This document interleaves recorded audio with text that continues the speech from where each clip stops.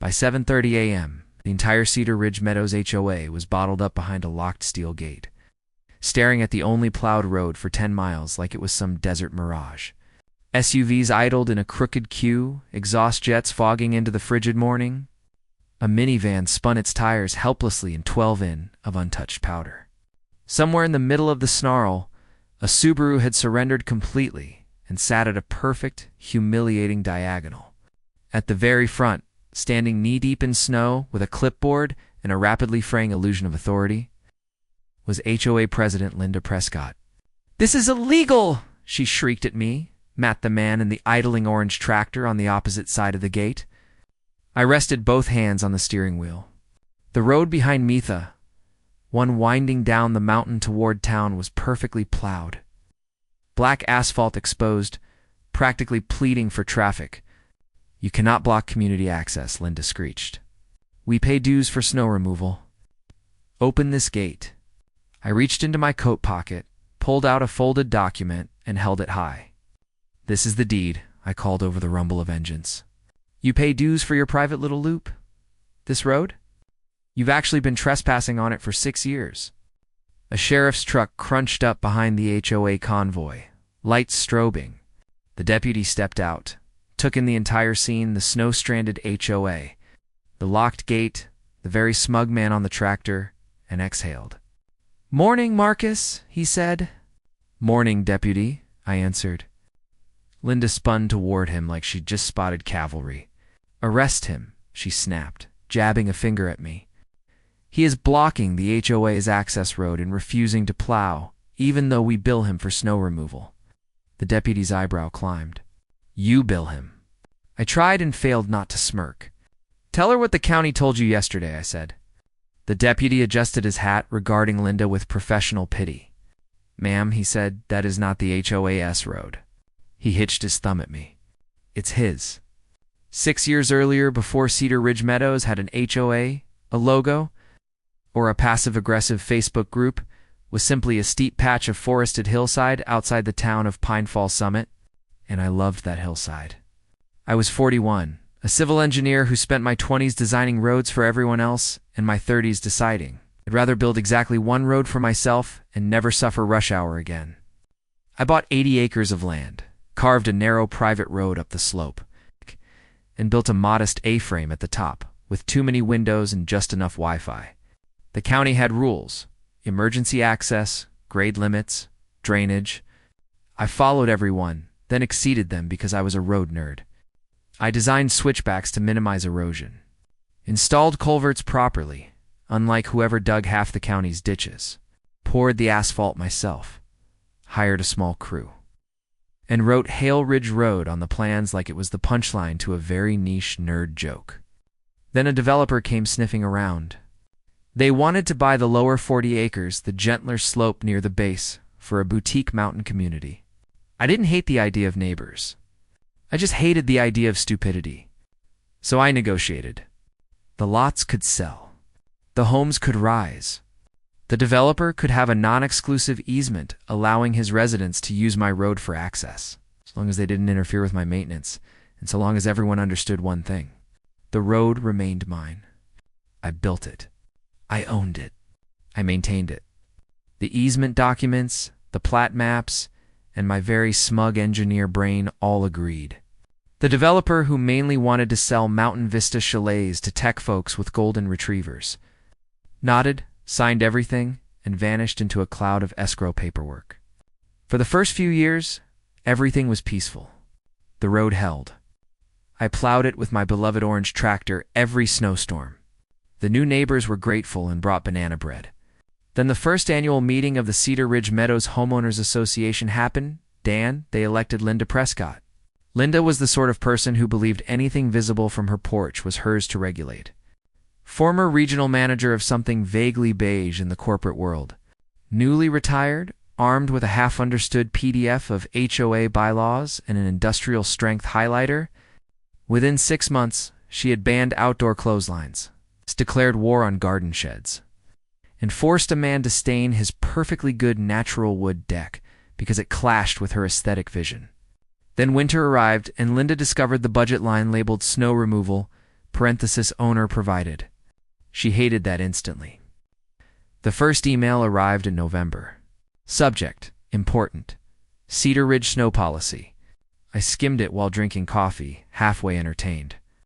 As your HOA president, I have reviewed our current snow removal situation and found it lacking. It is simply unacceptable that our community's primary access road is maintained according to the whims of one resident's tractor schedule. I snorted. Her community's primary access road was my driveway with extra steps. But sure. Effective immediately, the HOA will formalize our snow removal program, ensuring consistent and professional plowing of all roads used by residents. Attached was a glossy PDF from a company that obviously specialized in expensive mountain town services with names like Summit Snow and Ice Solutions. I scrolled to the bottom and saw the number that made my eyebrows shoot up. Seasonal contract, $28,000. The second email came a week later. Subject: Snow Removal Assessment, DOE, EOC 1. This one included a spreadsheet, 12 homeowners, divided dues, plus a line for road impact fee Hale Ridge. Usage labeled with my name and a cheerful $4,000. I wrote back exactly 3 sentences. Hi, Linda. Hale Ridge Road is privately owned by me, per recorded deed and easement documents. The HOA has no authority to contract or charge for snow removal on it. Kindly remove my name and the road from your budget. I attached the plat map and the easement with the relevant section highlighted.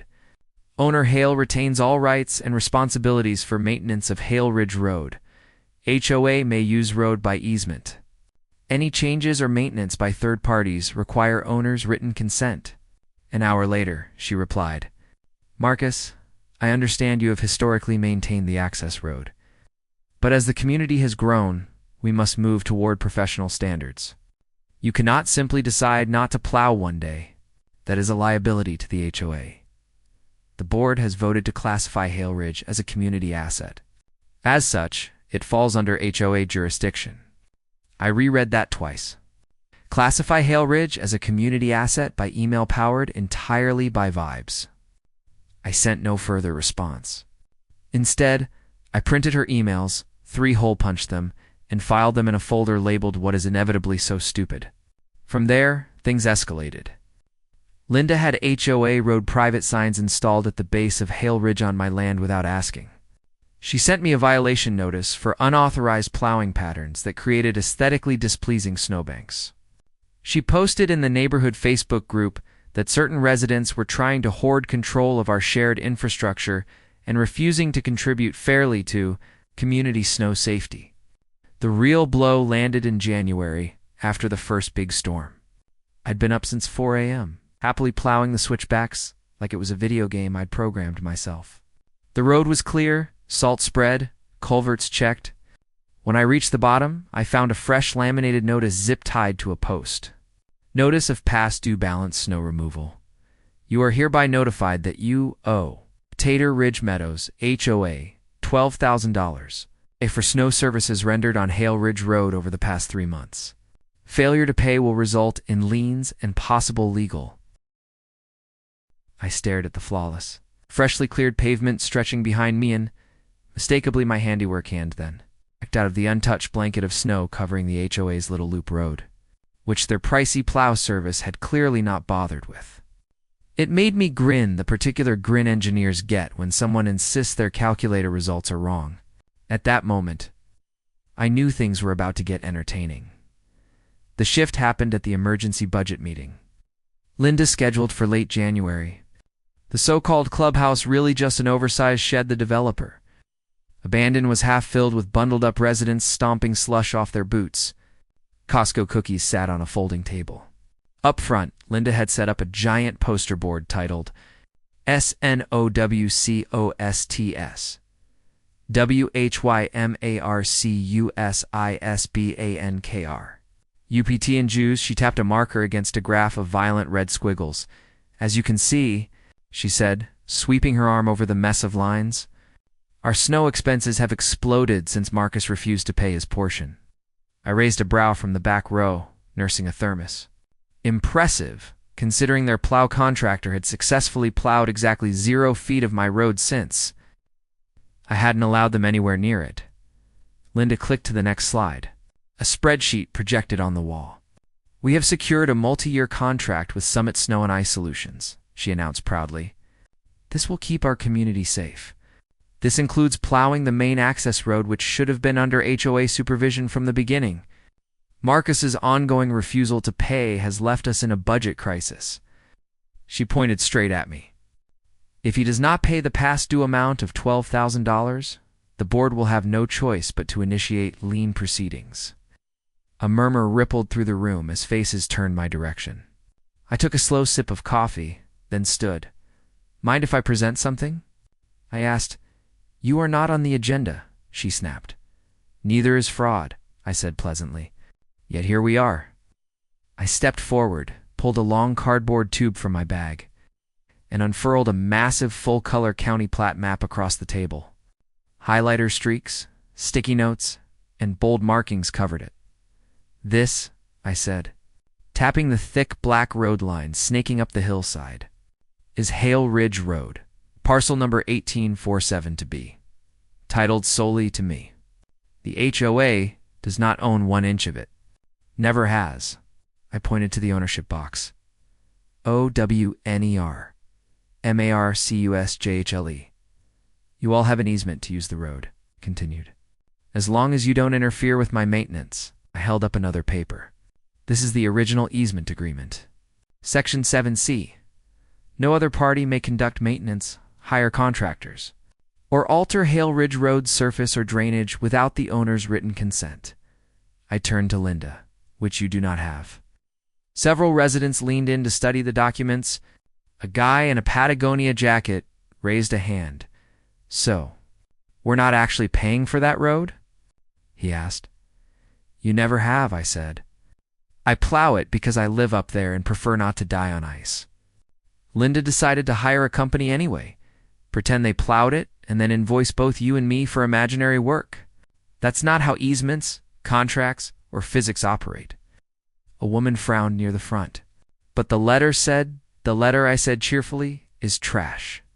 Also, you can't file a lien on land you don't own for services you didn't legally perform. That's just extortion with letterhead." A throat cleared at the back. All heads turned. A man in a county jacket with a roads and infrastructure badge gave a small wave.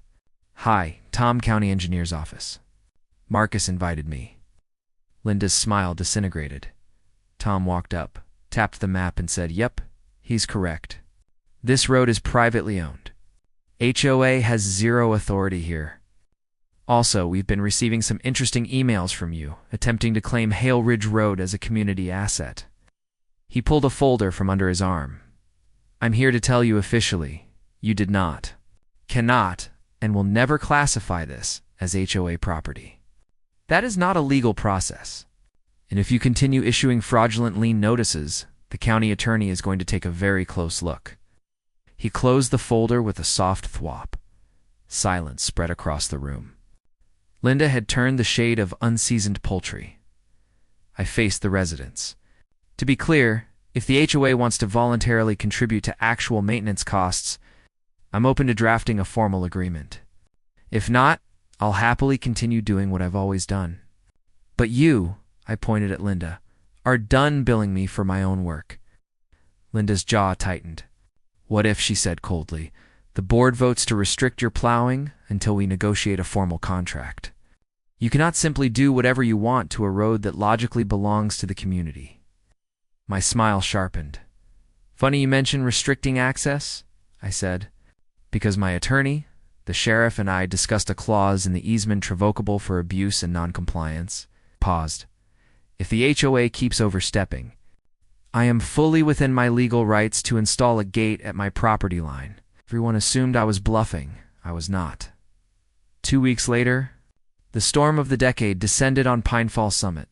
Meteorologists were practically vibrating with excitement words. Like record breaking and near zero visibility flashed everywhere. I topped off diesel, sharpened the plow blade, and positioned my tractor facing downhill. At 3 a.m., snow hammered sideways.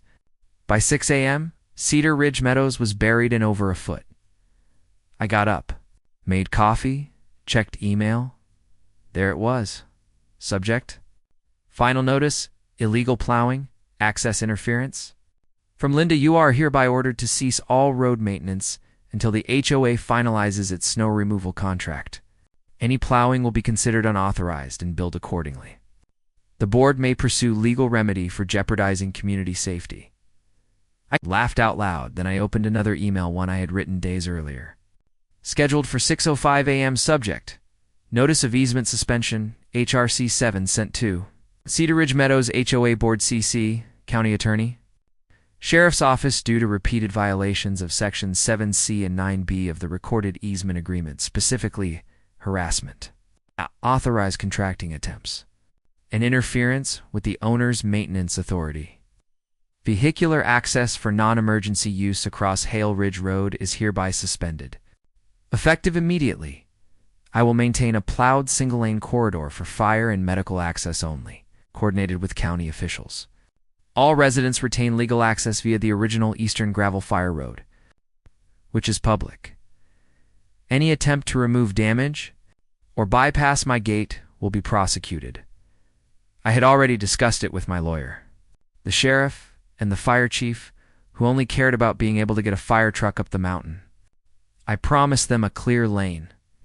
Everyone else would need to use the old public fire road, the one the developer abandoned for being steep and unsightly by 7 a.m. I had plowed from my cabin down to the precise point where my land ended and the HOAS subdivision loop began. Waiting there, gleaming under frost, was a brand new county-approved steel gate. I cleared my side, scraped a turnaround pad for emergency vehicles, locked the gate, and drove home to make another coffee. Then I monitored the HOA's mess through my drone. By 8:30, the first SUV reached the unplowed section, attempted to muscle through, and immediately buried itself. By 9 o'clock, the road looked like a parking lot designed by a demolition derby. At 9:15, the sheriff arrived. I drove the tractor down, parked calmly on my side of the gate, and shut off the engine, bringing us right back to the scene at the beginning. The HOA lineup. Linda shrieking, the deputy trying not to grin. This is kidnapping. Linda screamed. He's trapping us. You have another legal route, the deputy said. County records show it. That gravel fire road, the one you told people not to use because it looks low income? Yeah, that one. It's public, but it's icy. She protested. He shrugged. Should have hired your plow crew for that instead. Resident scolded, late for work and fed up, began muttering. Wait, someone called out. He told you he was doing this? He emailed all of you, I shouted back. Check your spam. Several pulled out their phones, scrolling through their screens, one after another. You could watch their expressions more, first puzzled, then irritated, and finally landing squarely on wait. She said, what? The deputy glanced over at me. You're still maintaining emergency access? Yep, I said. Anytime dispatch calls, I unlock the gate. Already coordinated with Chief Harmon. The deputy gave a short nod. Then you're fine. He pivoted toward Linda. And you need to stop dialing 911 every time you lose an argument with a neighbor. Also, the county attorney wants a word regarding those lien letters. For the first time since her self-appointed empire began, Linda couldn't produce a single comeback.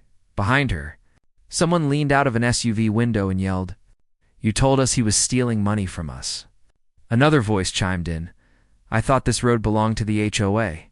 I just sat on my tractor, letting the moment settle. Watching the balance of power tip the way gravity sends, car sliding on black ice. The HOA scheduled a homeowners-only emergency meeting for the following week. This time, they didn't even pretend the tiny clubhouse would cut it. They rented out the Pine Fall Summit Community Center, conveniently the same place where the county attorney held educational seminars when mountain residents did something spectacularly ridiculous involving property law. I arrived 5 minutes early, pushing a rolling cart. On it, a mounted aerial photograph of Cedar Ridge and Hale Ridge Road, a blown-up copy of the easement, and a crisp, lawyer-prepared summary titled, What your HOA president didn't tell you. People trickled in quickly. They looked worn down, partly from the blizzard fiasco, partly from discovering the gravel fire road by trial and error. Linda sat at the front table, pale and rigid, bracketed by the surviving board members. Her usual suburban coach swagger was gone, replaced with the haunted look of someone who recently Googled personal liability definition. Pearson, the county attorney, stepped to the mic. "Good evening," she began. "I've been asked to clarify a few legal issues involving your HOA, your access road, and some documents that have come to our attention." She clicked a remote. My plat map lit up the projector screen. "Point 1, she said. Hale Ridge Road is privately owned by Mr. Hale. It is not HOA property. It is not a common area. Your only rights are to travel over it. Nothing more." Click. The next slide displayed the fake lien notice, several lines circled aggressively in red. Point 2. These lien letters sent by the HOA, claiming ownership of the road and threatening foreclosure for unpaid snow fees are, technically speaking, extremely not okay. A wave of laughter rolled through the room. "Fraudulent would be the more accurate term," she added. "Our office has opened an investigation into possible civil and criminal violations, including unauthorized practice of law, mail fraud, and misrepresentation." Every eye drifted to Linda. She inhaled sharply to speak, but Pearson raised a hand. "You'll have an opportunity later," she said calmly. Point 3. Mr. Hale's temporary suspension of non-emergency access was fully within his rights. Given the documented harassment and attempts to undermine his authority over his own property, he followed proper procedures and coordinated with emergency services. The HOA, by contrast, did not. Ow. I tried not to smile. I failed a little. Pearson stepped back. "Mr. Hale, care to address the room?" I rolled my card up front and tapped the aerial map. "Hi," I said. "I'm the guy with the tractor." Few chuckles. "I built this road. I maintain this road. I've never sent any of you a bill for it, not once. You've used it freely because I prefer my neighbors alive and not upside down in snowbanks. I tapped a highlighted line on the easement, but the easement gives me the right to restrict access if it's abused. Fake liens, illegal contracts, and charging me for plowing my own road. That is abuse." I held up a second poster, a neat comparison chart labeled "What You Were Told" versus "What's Reality." Marcus refuses to pay his share of HOA snow removal. Gives the HOA has zero authority over Hale Ridge and never funded its upkeep. Hale Ridge is maintained with HOA dues. Gives I've maintained it alone since day one. We can take control of the road by vote. Gives property ownership isn't decided by HOA majority. Rule or wishful thinking. The room shifted as if someone opened a door and let a wind burst through. Any irritation directed at me evaporated. It swiveled like a spotlight onto the front table. A woman in a red sweater rose. "Linda, you told me he was extorting us," a guy in a ball cap added. "You said the county supported you." He gestured at Pearson. "Clearly, they don't." Someone else said, "You claimed that plow contract was legally required." The board members beside Linda began the classic, slow slide away, instinctive move of people trying to avoid splash damage from a ship that is very visibly sinking. Pearson returned to the mic. "At this point," she said, "my office strongly recommends the HOA reduce liability by removing board members involved in these actions, voiding the illegal contract, and issuing written retractions of the false lien notices." She locked eyes with Linda, and you should also know, Summit Snow and Ice Solutions is pursuing damages for breach of contract. Since the HOA lacked authority over the road they attempted to contract for, their attorney will be very interested in who signed that agreement and what was represented to them. A ripple spread through the room. "Wait," someone murmured. "Does that mean?" Pearson nodded. "Yes, they may pursue the HOA." Or, she glanced right at Linda again. "Individual board members, if fraud is involved," a voice from the back whispered. "Oh, dang." Then an elderly man raised his hand. "Can we vote on something?" Within 10 minutes, The following motions passed with overwhelming force: immediate removal of Linda Prescott from the board, permanent prohibition on her holding any leadership post in Cedar Ridge Meadows, authorization for a new committee excluding her and her allies to negotiate a written snow maintenance agreement with me, or petition the county to accept the road with a special assessment. Official withdrawal of all fake lien notices, with written apologies to me and to every homeowner who received one. The vote to remove Linda was so absolute that when Pearson asked, any opposed? The silence felt solid. Even Linda's husband stared at his lap as I rolled my cart out afterward. I passed the glossy HOA flyer they'd taped up months before. Together, we keep Cedar Ridge safe, beautiful, and fair. I snorted. Not accurate yet, but getting there. As for Linda, it spiraled quickly. The county investigation hit her with a stack of fines for fraudulent filings, misuse of funds, and a delightful little consent order that basically said, you're no longer allowed to run anything that uses bylaws, Summit Snow and Ice Solutions. Feeling burned, sued the HOA.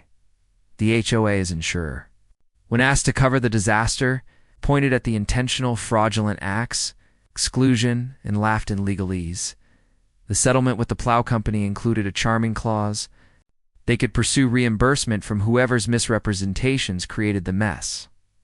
Translation: Linda got the bill. A very large bill within a year. Her big mountain retreat sprouted a for sale sign. County fines, $15,000 plus. Contribution demand from the settlement, $42,000. Possible HOA. Action to recover legal fees from the investigation, $30,000. When the dust settled, Linda stood in her driveway, staring at a tower of paperwork. Her complexion, the color of dirty slush. $90,000, she whispered, voice brittle. This can't be happening. But it was.